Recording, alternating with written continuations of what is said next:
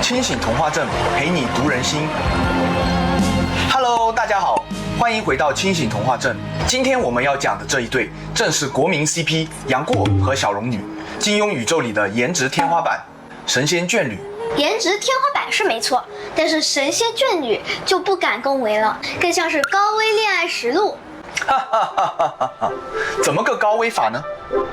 你看啊，郭靖、黄蓉谈恋爱，那是强强联手打怪兽；令狐冲、任盈盈，那是琴瑟和鸣搞音乐；杨过和小龙女呢，他们的主线任务好像只有一个字：比惨。哟，总结得很精辟嘛。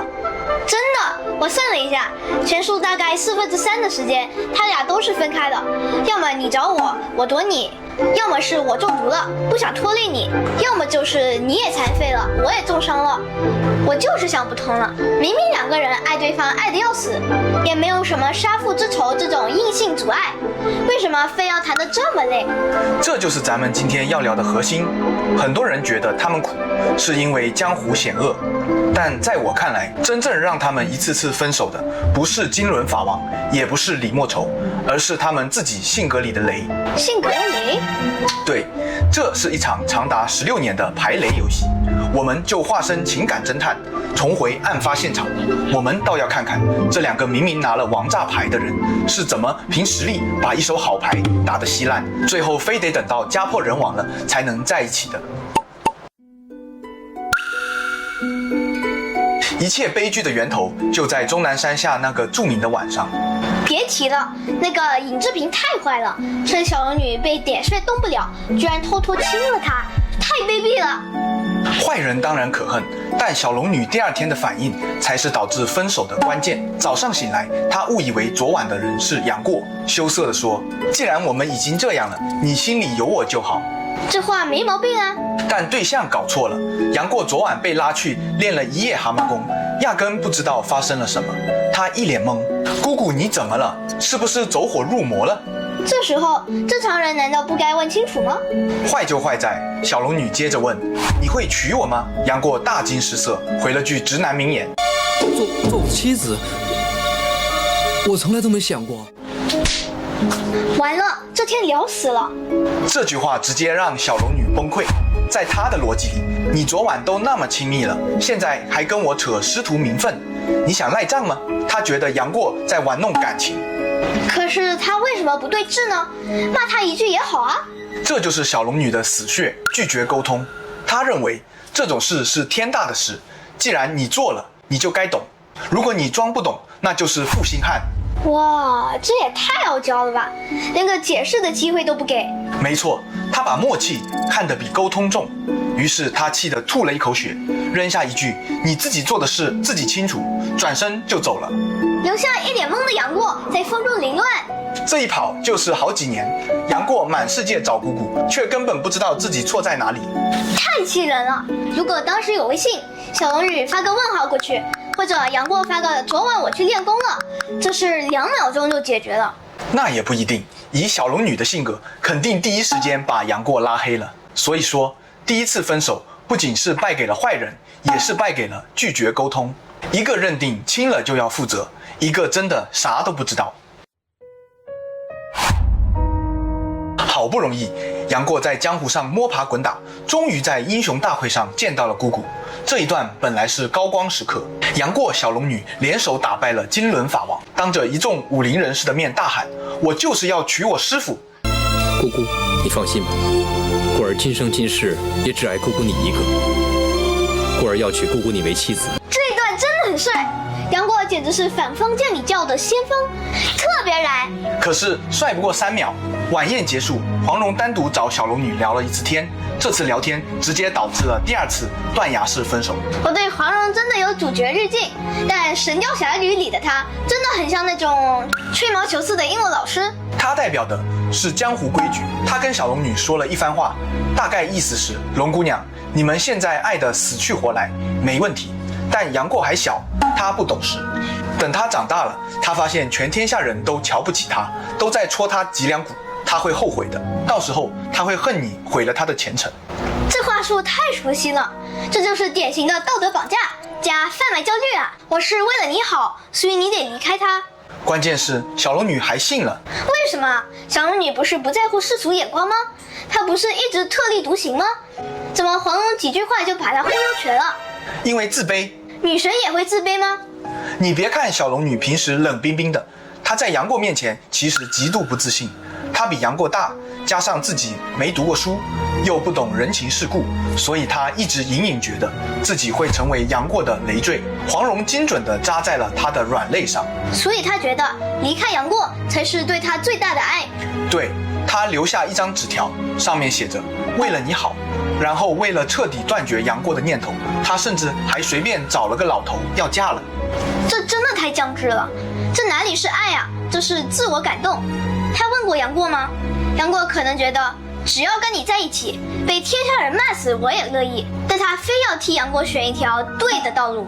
这就是第二次分手的核心逻辑，以为牺牲就是爱，其实剥夺了对方选择受苦的权利。他把杨过当成了需要保护的孩子，而不是可以共担风雨的伴侣。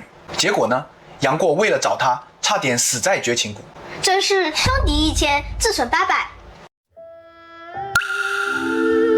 接下来就是全书最震撼的第3次离别——重阳宫大战。这一段我记得，郭芙砍伤杨过手臂，小龙女被全真教打成重伤，还中了冰魄嬴政的毒，真的太惨了。小若，你有没有想过一个很残酷的问题？为什么非要是这个时候？为什么杨过四肢健全的时候，他们总是分分合合？一旦杨过成了独臂大侠，小龙女快死了，他们反而坚定地在一起了呢？是因为同病相怜，还是因为快死了所以豁出去了？都有，但更深层的原因是，只有被打碎的杨过才配得上完整的小龙女。什么意思呢？你看之前的杨过，虽然他口口声声说爱姑姑，但他其实是个花蝴蝶。他长得帅，嘴巴甜，到处撩妹。陆无双、陈英、完颜萍，他对每个漂亮姑娘都有一点点暧昧。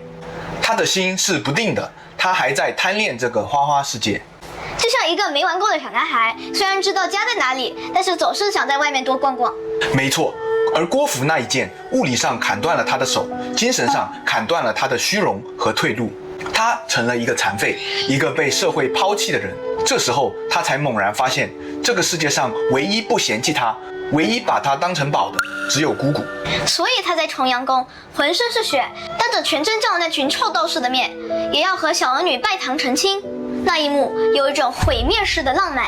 对，就是这种感觉。他说：“我就是要娶她，我看谁敢拦。”这是一种绝望的反抗。这时候的杨过才真正完成了一个男人的成人礼。可是太晚了呀，刚明白过来，小龙女就不行了。是啊，这就是第3次离别的关键词。无力感不是误会，也不是牺牲，而是命运的碾压。他们终于在精神上高度契合了，终于不管不顾了，但肉体已经撑不住了。在聊16年之约这个大骗局之前，得先搞清楚他们为什么非死不可。简单来说，这是场混合双打式的悲剧。杨过中了情花毒，小龙女中了冰魄嬴政毒，两人都命悬一线。但有解药吗？有，但这是个残酷的零和博弈，解药只有半枚，杨过吃，小龙女死；小龙女吃，杨过死，一人吃一半，药效不够，一起死。天哪，那怎么选？杨过拿到解药，直接扔下了断肠牙。他的逻辑是，既然只有一个人能活，那你死，我绝不独活，不如大家都没有解药，一起死个痛快。可是那个天竺神僧不是神医吗？他都在现场，为什么救不了？这就是金庸笔下最窒息的宿命感。神僧其实已经找到解药了，就是断肠草，以毒攻毒。但就在他拿着草要宣布时，李莫愁突然出现，一针杀了他。救命的一瞬间就被打断了。对，神僧死时手里攥着断肠草，导致杨过产生了一个致命误判，他以为神僧是被草毒死的，所以才因为绝望把半粒解药扔入了悬崖。你快服下这个绝情丹吧。龙儿，难道你以为你死了之后，我还会苟且偷生吗？过儿，真的太遗憾了。所以，为了让杨过活下去，小龙女在崖壁刻下16年后重会的谎言，跳了下去。但是我一直不懂，为什么非要是16年，现年5年不行吗？因为这16年是治愈他们病态依赖的唯一疗程。你看前3次，他们像连体婴一样，谁离了谁都活不了。这种爱是窒息的，老天爷强行把他们分开，逼他们独立行走。就像断奶一样吗？对，这16年里，杨过戴上面具，行侠仗义，学会了承担责任。小龙女在谷底也学会了独自生存。所以16年后的重逢，不再是2个残缺的孩子抱团取暖，而是2个独立的成年人互相选择。这才是这场漫长离别的真正意义。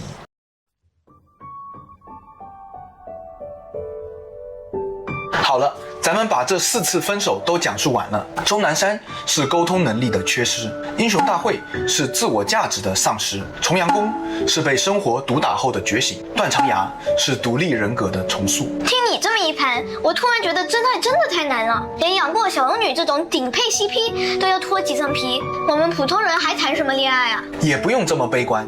其实《神雕侠侣》不是在吓唬我们，而是在提醒我们，爱不是一种遭遇，而是一种能力。你不能指望遇到一个人，他就天生懂你、包容你，为了你对抗全世界。所谓的神仙眷侣，其实是2个满身缺点的人，互相修修补补，最后磨合出来的。对，他们花了16年，才把那个乱糟糟的线球解开。爸，我们普通人没有16年可以浪费啊，也没有神雕可以陪你练功，我们怎么能避免他们踩过的这些坑呢？问得好，下集心理篇我们要拿出干货了。我们将结合现代人的生活，给这4次分手开出特效药。